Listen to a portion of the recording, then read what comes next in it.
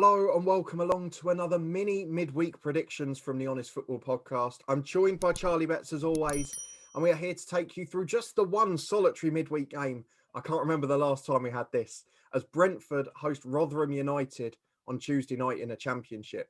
Although only one game this midweek, potentially still plenty of permutations. So we're going to talk about the game and we're going to do it a little bit differently to what we normally do. We're not going to reflect on last weekend's results until the full fixture list next weekend. And we're going to talk about each club individually, what we think their strengths and weaknesses are and some of their stats before giving you our thoughts on the result. So Charlie, let's start with the home team, Brentford. Back to form at the weekend. A good win against a Bournemouth side that I don't think we predicted or saw coming given Bournemouth's form. But a 1-0 win, a very un-Brentford-like performance, very counter-attacking, and in the end, good defensively as well. Yeah, I mean, to be honest, we sort of talk about Brentford, and, there's a lot of a misnomer about Ivan Toney, and obviously, 28 goals a season, you can't knock that. Maybe, without actually analysing it properly, maybe we've got this Brentford team wrong a little bit. Maybe they are a bit more resolute, a bit more counter-attacking than what we actually give them credit for, or I'll rephrase that, have morphed into that. I think earlier on in the season, they were obviously a lot more free-flowing. Yeah. Obviously, the two teams that are getting promoted automatically have achieved that this weekend. So now you're looking about setting yourself up for the playoffs. So you need to, I think this is always the toughest balance now, because you want to build a bit of momentum, because you need that momentum going into the playoffs. What you don't want to be doing is going in there cold. But on the flip side of it, you need to avoid injuries to key players. And really, you're looking at a possible now just placing right, wherever we place in this playoff picture, who are we going to get in the semi-finals. In terms of that, I completely agree with you. I think the only thing I would say is a lot of Brentford's goals, albeit recently one, and in some cases they haven't scored at all, but most of the time it has only been the one goal. It's come in the first half in the last 10 games, and they have to hit teams, for example, Rotherham, who are struggling at the bottom. That goal has to come early. So I think the longer that game goes on, just gives Rotherham a bit more of a chance. Are Rotherham going to come out and maybe attack them the way that Bournemouth did? Possibly not. I think it'll be a different approach they'll take. But Rotherham are quite an attacking side on the same breath. So Bournemouth will be a lot more methodical, a lot more tactical in their approach. And Brentford dealt with that very well. It's whether this defence can deal with a team that's not more direct, but is going to be a little bit more dynamic. That's the word I'm looking for, sorry. So it's a bit more free-flowing. And that's been Rotherham's downfall at points, but also it's been their saviour. They've caught teams cold early on and stuff like that. So for me, for Brentford to get a result, they've got to get one in the first half. I genuinely think if it's 0-0 at half-time, I might just fancy them, because as a player, we've been in that situation, where you've got a bigger game coming up the following week or in a few weeks, you start to not put the foot in for those tackles and things like that. So for me, Brentford have to try and hit Rotherham early in that sense. And Rotherham have been a bit leggy of late, so we'll get onto them in a second. But yeah, in terms of the goals, if Brentford do win, I don't think it's going to be by a lot. The only other question I'm going to ask you on Brentford, rather than the team itself, is you've talked for a couple of match days now about the fact that teams in and around the playoff picture, of course, the 4 spots are now secured. We know which 4 teams they're going to. We just don't know in which position. There's only 1 point separating them. You probably can't even work out who you would play if you finish where. So do teams like Brentford, as you've said, start to think about, could we rotate a few in this game at home to Rotherham, where we might still be able to nick a win? Well, yeah, that's the thing. And I mean, to be honest, if you want me to put my cards on the table in terms of a form, I'm only going by form, you probably want to be playing Swansea at the minute. If you're looking at the 4 in there, and obviously you're not going to play yourself, so the other 3. And that's no disrespect to Swansea, but just in terms of form. So do you start to rotate and think, actually, if we can nick a win here, but it is that momentum, Dan, as well, as well as I do, and particularly when you talk about defensively, you don't want to be chopping and changing too much, because, any level of the game, whether it's where we operate in grassroots football or at the top level, you start faffing around the back too much, and then you suddenly get to the big game, and that's when you start leaving gaps. Both centre-halves end up going for a header because they haven't played with each other. It's that kind of stuff, that kind of thing, genuinely. So I would rotate maybe some of the forward line. If I was Thomas Franks, I would, as best I could, try and keep that goalkeeper and that back 4-5 unit as consistent as I could, really. Because in terms of injuries, you're probably more likely to suffer them further up the pitch than what you would be at the back anyway, personally. Yeah, and I guess the final question before we move on to Rotherham is, Brentford, albeit very strong home form, and I know a lot of these have come later on in the season, but they've actually only won 1 more game than they've drawn. They've got the best loss record joint with Watford, only 2 defeats at home, but 9 draws and only 10 victories. Could you argue that's the thing that's probably cost them the top 2 now? Yeah, and to be honest, I think, don't quote me on this, I think 1 to 7 of those draws have come in the last 10 games. So up to that point, they were flying, but that's what we talk about, that form. So defensively, that's good. Obviously, if you're drawing games, it means defensively you're doing okay, but they do need a bit more up top. So for me, that's probably one of the key stats for Brentford season as to why they're in the situation they're in. Like you say, 10 wins, 9 draws, 7 in the last 10 games. For a team that was doing so well, and let's be brutally honest, is probably known for their attacking prowess. I think they'll be disappointed that they haven't necessarily scored more. I think defensively, you couldn't have asked much more. We're letting in one goal. Their goals conceded average is one of the best in the league. In terms of that, it's up the other end of the pitch, which is a bit of a surprise, really, in terms of you consider how many goals Ivan Toney scored. It maybe just highlights, and if you're Thomas Franks, depending on where you're going to be next year, maybe need a bit more up top as well as Ivan Toney, because I think it's been a bit reliant on him, and that's probably been evident in those last sort of 10 games, to be honest. And let's move on to the away side, Rotherham. We don't just want to talk about the favourites for this game, because Rotherham on the road, they haven't been disastrous this season. They've obviously got their 2 games in hand are away from home, here and then against Luton, where we'll have a similar special next week.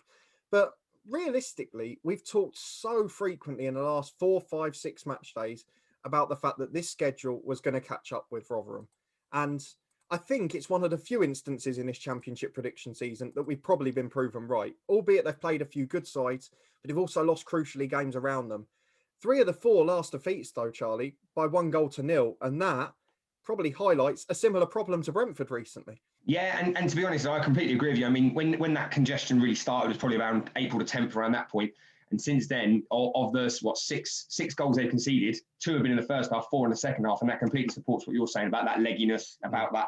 It catches up, professional athletes or not. It's a crazy amount of football to play in a short space of time.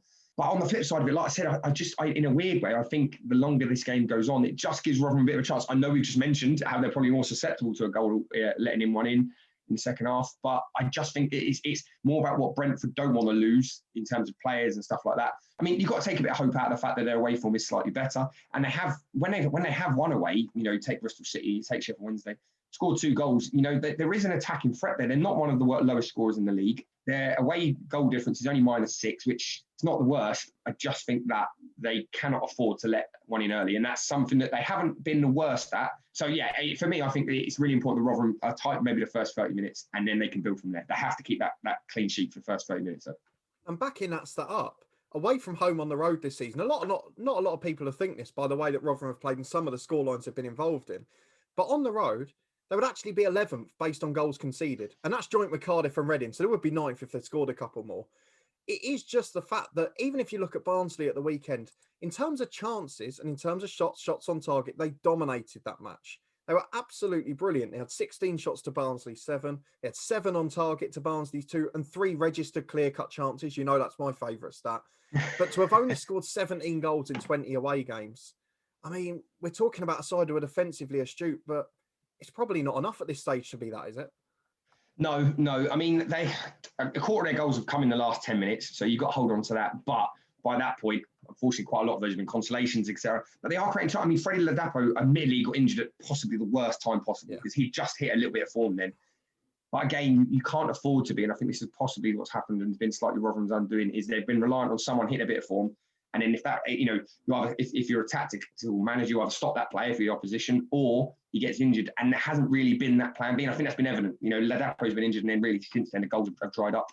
But it does give you a positive because if there's a team in that top 6 that is possibly susceptible to the odd mistake at the back, it is Brentford. And I don't like saying I'm not being antagonistic.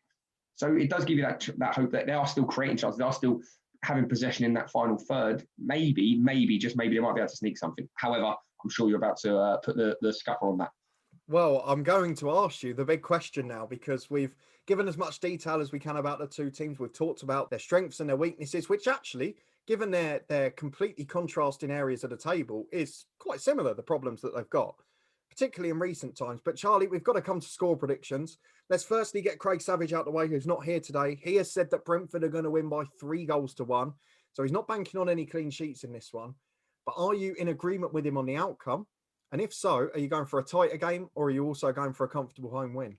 Whichever way it goes, I'm going tight because I just think Brentford have got too much to lose personnel-wise, and we mentioned everything we've spoken about. My heart is saying that Rotherham might just nick it, and I know this sounds ridiculous in the situation, but my head has to back Brentford. The thing is, I think. Do you know what? I'm going to go my heart. Do you know what? Because I tell you why. I honestly think Thomas Franks, you mentioned this about the mentality sometimes the way he approaches games. I just think that it's going to be a real scrappy first 30, 40 minutes because neither team wants to obviously come out too much as we were spoken about. And I can just see a defensive howler. You saw one at the weekend with Arsenal, for example. It's just something like that. It's going to bounce off someone's knee. And I just think this might be Rotherham's moment. And the reason I say this as well is the Championship, this relegation battle is definitely going down to the wire. You can just see the way the fixtures have been going. See about Derby, etc. I just think there's one more stingtail in the tail of this. And I know that Rotherham have still got quite a lot of games to play. But really, out of all of them, Brentford are the ones who've got more to lose in terms of, putting their bodies on the line, going for 50-50s, running an extra yard. I worry about Brentford's mentality a bit. So on that basis, against all logic and all backing and probably bookies odds, I'm going to go for 2-1 Rotherham. That is a very, very bold prediction. And it's also left me with a bit of a quandary because there were only, and I know this is going to sound absolutely bizarre and I'm probably going to get slated for it. I could only see one of two scores here, which was going to be all of the stats we talked about before would have suggested a 1-0 Brentford win, probably. The other score I thought was Rotherham, if that Brentford early goal goes in, as you mentioned, if they manage to open the floodgates, if Rotherham then gets to that stage where they think, do we focus on the other game in hand at Luton, which might be a little bit easier, then I think Brentford could go big. And I would think maybe, as I said earlier, there could be a 5-1 in there. There could be something ridiculous.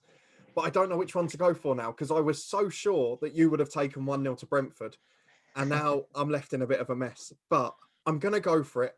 I still think Rotherham will give it a go at staying up because 4 points behind, they'll still have 3 other games. They can do it. But I think this is the one they have to sacrifice. I would say to Paul Warne, rotate your whole side and then focus on the last 3. Brentford are going to win 5-1. They're going to secure 3rd or 4th place. And when this is 1-0, I am going to look absolutely ridiculous. So you're more than welcome to mock me in the comments because I completely understand it. But that's what we've gone for today. Let's have a quick recap because Craig Savage has gone for a 3-1 Brentford win. He's about halfway between us. Charlie Betts has remarkably gone for a 2-1 Rotherham win on the road. He's backing them to catch Derby, I can see. And I've gone for a 5-1 Brentford win. And I'm very sorry in advance for when it's 1-0, which was my initial prediction. But that's all for this episode. A bit of a special as we get to focus on one fixture. If you did enjoy it, please do put a thumbs up on the video. Let us know down in the comments what you think the score will be and what you think for your sides for the rest of the season, because still a lot to play for both teams. Subscribe for regular content from the Honest Football Podcast. You can follow us over on Twitter at HonestFootball3. Thank you to Charlie for joining me as always, and hopefully we'll see you next time.